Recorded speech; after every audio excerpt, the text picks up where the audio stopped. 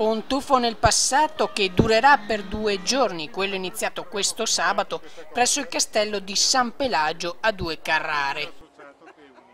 Oggi accadono cose particolari, e cioè c'è un intero gruppo formato da vari gruppi di medievali, i quali con enorme passione fanno rivivere a tutti noi una giornata tipica di un accampamento medievale. Quindi ci sono le tende, ci sono gli armati, ci sono le lotte per vedere come un tempo si combatteva e come si mangiava, come ci si vestiva, come si lavorava, come si trattavano i figli, come si dormiva.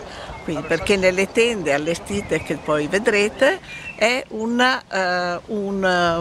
scorcio di vita dei tempi dei carraresi.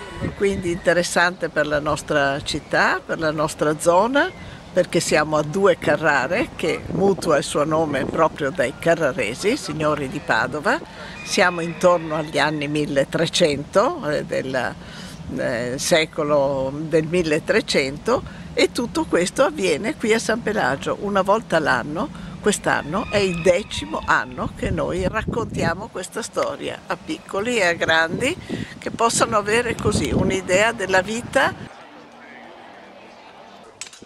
E allora, per poter ammirare tutto ciò, l'appuntamento del weekend da non perdere è qui fino a domani sera.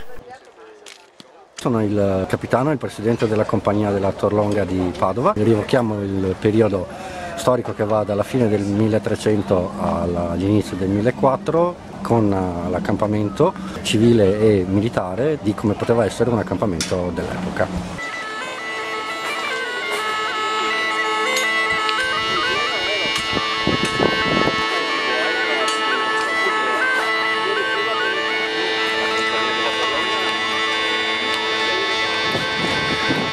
Qui è Cassino, qui è quello che